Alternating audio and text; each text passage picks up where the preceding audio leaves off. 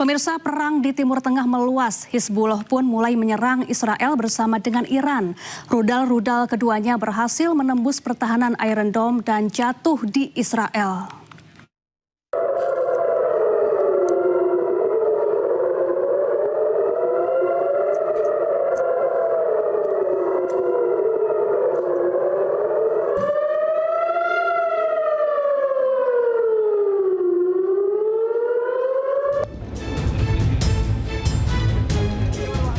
Sirine pertahanan bergema di langit malam Israel.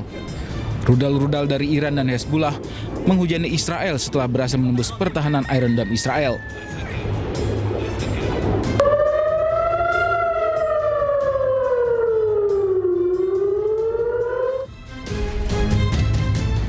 Warga Israel pun mengungsi ke bunker-bunker bawah tanah yang telah disiapkan.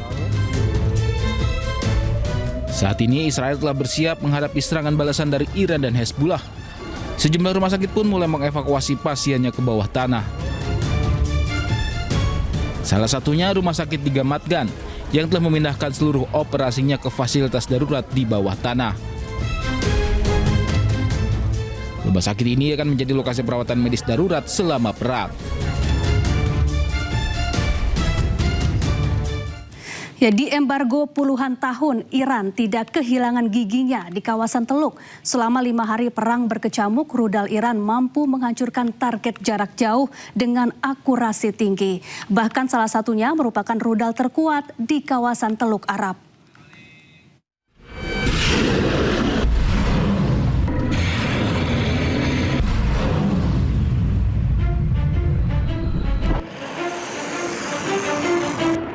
Masuk hari kelima perang antara Iran dengan Amerika dan Israel, saling serang rudal terus terjadi. Di embargo puluhan tahun tidak membuat Iran kehilangan taringnya. Terbukti rudal-rudal Iran berhasil meluluh lantakkan Israel dan aset militer Amerika di kawasan Teluk. Komando Pusat Amerika CENTCOM pada 2025 menyebut Iran punya 3.000 lebih rudal balistik dengan 13 jenis rudal.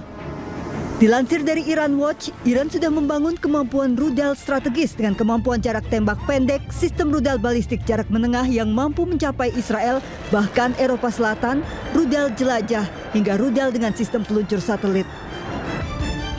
4 model rudal balistik jarak pendek Iran punya jangkauan 300 hingga 1.000 km. 5 rudal balistik jarak menengah punya jangkauan 1.000 hingga 3.000 km, bisa menyerang negara jauh seperti Israel dan pangkalan militer Amerika di kawasan Teluk. 2 rudal jelajah Iran punya jangkauan hingga lebih dari 2.000 km. Rudal ini bisa diluncurkan diam-diam dari darat. Rudal dengan sistem peluncur satelit digunakan misi luar angkasa yang menggunakan sistem peluncur dengan teknologi mirip rudal balistik jarak jauh bisa dialihfungsikan untuk keperluan militer. Komando Pusat Amerika Serikat CENTCOM menyebut rudal Khorramshahr menjadi rudal yang paling kuat di Timur Tengah karena mampu melampaui perbatasan dan menyerang target jarak jauh di negara Teluk Arab. Ya, untuk membahas konflik di Amerika Serikat Israel dengan Iran yang kian memanas dan dampaknya terhadap keamanan serta ekonomi global, kita bergabung bersama pengamat Timur Tengah, ada Ibu Dina Sulaiman. Selamat siang Ibu Dina, apa kabar? Ya, selamat siang Mbak Syafa. Baik, terima kasih. Baik, Bu Dina, ini pemimpin tertinggi Iran telah gugur. Amerika Serikat dan Israel menyebut serangannya akan terus berlangsung sampai beberapa pekan ke depan. Sementara itu Iran menggempur pangkalan militer Amerika Serikat di sejumlah negara Teluk. Bagaimana kemudian Anda melihat potensi konflik ini selanjutnya? Ya, kalau kita lihat sebenarnya dari sisi persenjataan sudah banyak pengamat militer ya yang menyatakan bahwa justru Amerika dan Israel lah yang betul-betul kerepotan sekarang karena cadangan senjatanya itu terutama ini ya rudal-rudal yang digunakan untuk menangkis rudal dan drone dari Iran itu semakin menipis. Dan bahkan ada pengamat militer yang menyebut sampai 5 hari sebenarnya cadangannya karena kalau kita lihat kan yang datang ke Iran itu adalah pihak Amerika ya. Jadi Amerika tidak di negaranya sendiri dan artinya kalau dia memerlukan suplai baru butuh waktu yang sangat lama, dan ditambah lagi pangkalan-pangkalan militer Amerika Serikat di kawasan di negara-negara Teluk itu juga sudah dihancurkan oleh Iran, sehingga memang justru Amerika yang sangat kesulitan di sini. Karena itu kemudian ini ya, Perdana Menteri Inggris beberapa hari yang lalu menyatakan bahwa Amerika meminta bantuan kepada Inggris dengan cara meminjamkan pangkalan-pangkalan militernya di kawasan untuk digunakan oleh Amerika Serikat. Tapi kemudian juga kan pangkalan militer Inggris di Siprus juga ada serangan ya, meskipun disebutkan ternyata penyerangnya bukan Iran tetapi Hizbullah. Tapi intinya adalah bahwa justru karena kondisi geografis, kemudian kemenangan atau keunggulan geografis yang dimiliki Iran karena dia berada di wilayah sendiri, itu sangat signifikan ya dalam perimbangan kekuasaan di antara Iran dan Amerika Serikat dan Israel gitu. Baik, jadi artinya setelah pangkalan militer Amerika Serikat di negara-negara Timur Tengah diserang Iran, kemudian Amerika tidak mendapat dukungan dari negara-negara Eropa, maka ke depan Amerika Serikat akan kesulitan begitu untuk melancarkan serangan berikutnya, Bu Dina? Iya, saya pikir seperti itu, sehingga ketika ada pernyataan dari pemerintah Trump bahwa ini perang akan bisa sampai 5 minggu atau 8 minggu, itu sepertinya tidak berbasis pada realitas dan lebih kepada propaganda ya, karena di dalam negeri sendiri itu dari Pentagon sendiri kelihatan sudah berubah nadanya gitu ya, sudah menyatakan bahwa ini perubahan rezim tidak mungkin terjadi. Nah, kenapa ini penting? Karena memang yang disebut kemenangan dalam perang itu biasanya dilihat dari tercapai atau tidak tujuan yang di awal perang ya. Nah, Trump di deklarasinya di hari Sabtu itu kan menyatakan bahwa ya dia mengatakan orang-orang Iran segera turun ke jalan gitu ya dan ambil alih pemerintahan. Itu kan berarti menginginkan perubahan rezim ya. Sementara kalau untuk urusan nuklir itu kan sebenarnya sedang negosiasi. Jadi nuklir bukan penyebab dari serangan ini sebenarnya, karena pihak Iran sendiri mau untuk bernegosiasi soal nuklir dan masih berlangsung padahal perundingan itu di Jenewa. Sehingga ketika sudah jelas yang diinginkan oleh Amerika Serikat dan Israel adalah perubahan rezim dan ternyata tidak terjadi, meskipun sejak di hari pertama, sejak serangan pertama mereka kan membunuh pemimpin tertinggi Iran ya, Ayatollah Khamenei. Mereka berharap dengan dibunuhnya pemimpin tertinggi, situasi chaos, kemudian terjadi penggulingan rezim. Ternyata itu tidak terjadi. Sehingga dalam situasi seperti ini, kalau Trump berkeras memperpanjang perang, tidak juga mau menghentikan serangan, ya situasi akan sangat berat. Dari sisi cost itu besar sekali. Dalam 4 hari saja, 4 hari pertama itu sudah ada laporan bahwa lebih dari 2 miliar US dollar yang habis dari pihak Amerika ya. Jadi costnya itu besar sekali karena memang persenjataan, misil atau rudalnya Amerika itu biayanya sangat besar. Harganya sangat mahal dibanding dengan rudal dan drone buatan Iran yang dibuat secara mandiri itu jauh lebih murah. Sehingga kalau buat Iran nafasnya bisa panjang, tapi kalau buat Amerika Serikat karena sisi cost ini memang diragukan. Apalagi ekonomi Amerika juga sedang mengalami penurunan. Belum lagi kita bicara soal tekanan ekonomi akibat ditutupnya Selat Hormuz. Ini juga pasti akan membuat negara-negara sekutu Amerika Serikat sendiri termasuk juga Eropa yang terancam dengan penutupan Selat Hormuz ini karena akan mengganggu suplai bahan bakar ke mereka, tentu tekanannya akan semakin besar. Dan juga belum lagi tekanan di dalam negeri ya, karena hanya dalam salah satu polling itu disebutkan hanya 18% rakyat Amerika Serikat yang mendukung serangan Trump ke Iran. Saya pikir dengan banyak variabel seperti ini, ya Amerika tidak bisa melanjutkan perang sampai lama gitu ya. Pilihannya adalah ya dia mencari cara untuk gimana menghentikan perang tapi dengan tidak kehilangan muka. Baik, kemudian kalau menurut Anda, Bu Dina, bagaimana kemungkinan sikap negara-negara Teluk pasca Iran menyerang pangkalan militer Amerika Serikat di negara-negara Timur Tengah? Ya sebenarnya kalau dari dalam negara Teluk sendiri ya itu sudah banyak pengamat dari dalam mereka gitu, belum secara resmi dari pihak pemerintah itu sudah sudah concern ya, sudah sangat prihatin dengan situasi ini karena terlihat sekali itu pangkalan militernya Amerika Serikat ternyata justru merugikan mereka. Pangkalan militer itu dibangun di tanah mereka itu dengan tujuan atau dengan janji bahwa pangkalan militer itu akan melindungi keamanan negara-negara Teluk ini. Tapi buktinya justru keberadaan pangkalan militer Amerika Serikat itu karena digunakan untuk menyerang Iran, akhirnya Iran membalas dengan menyerang pangkalan militer itu.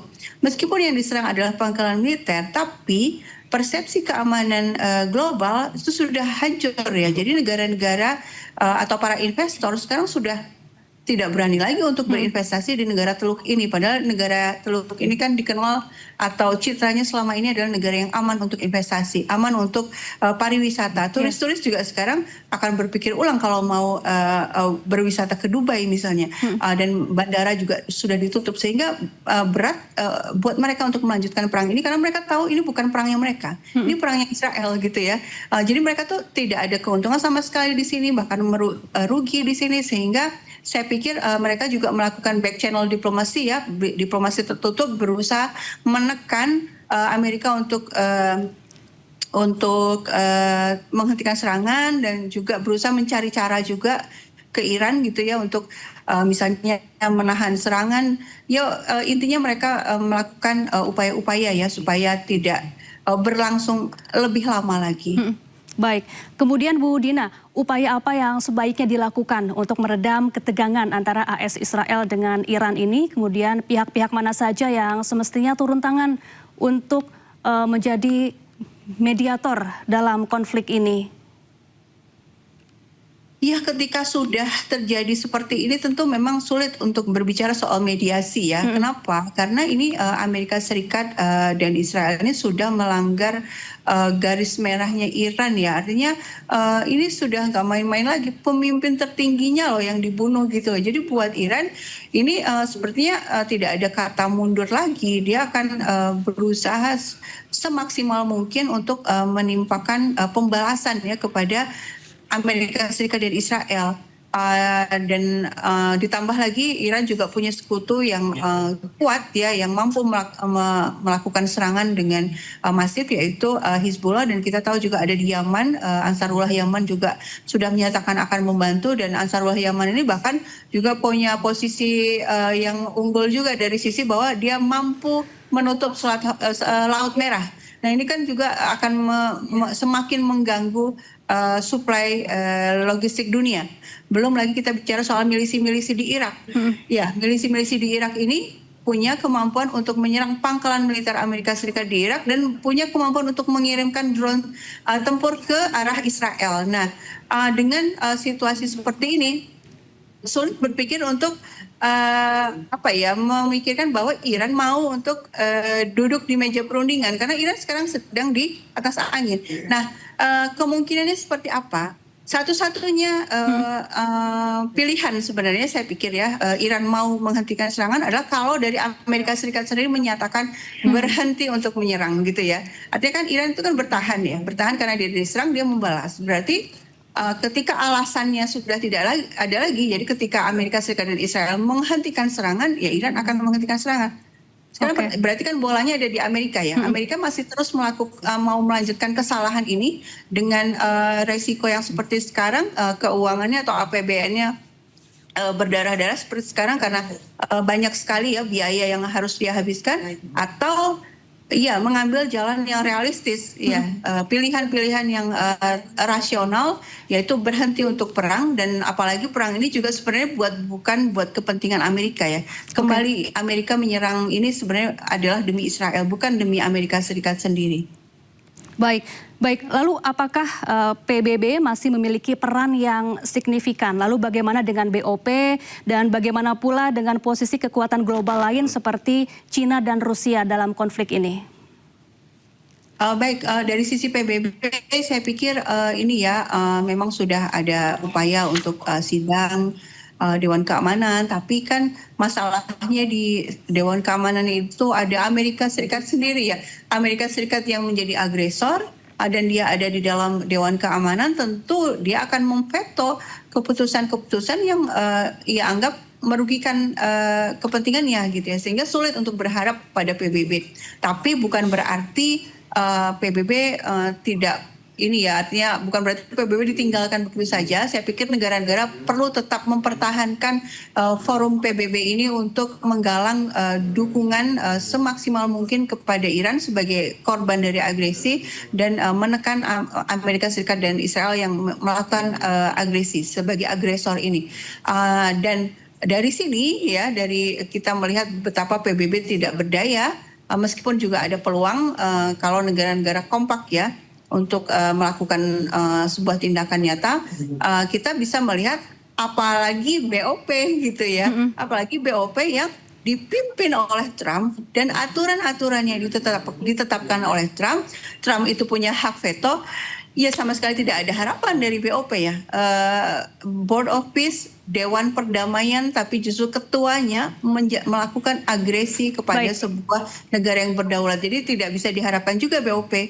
Saya pikir harapannya ada di upaya-upaya diplomatik bilateral ya.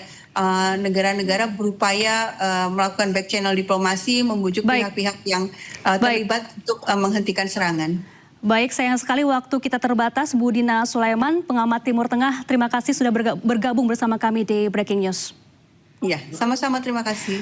Pemirsa jangan kemana-mana, Breaking News akan kembali sesaat lagi. Tetaplah bersama kami.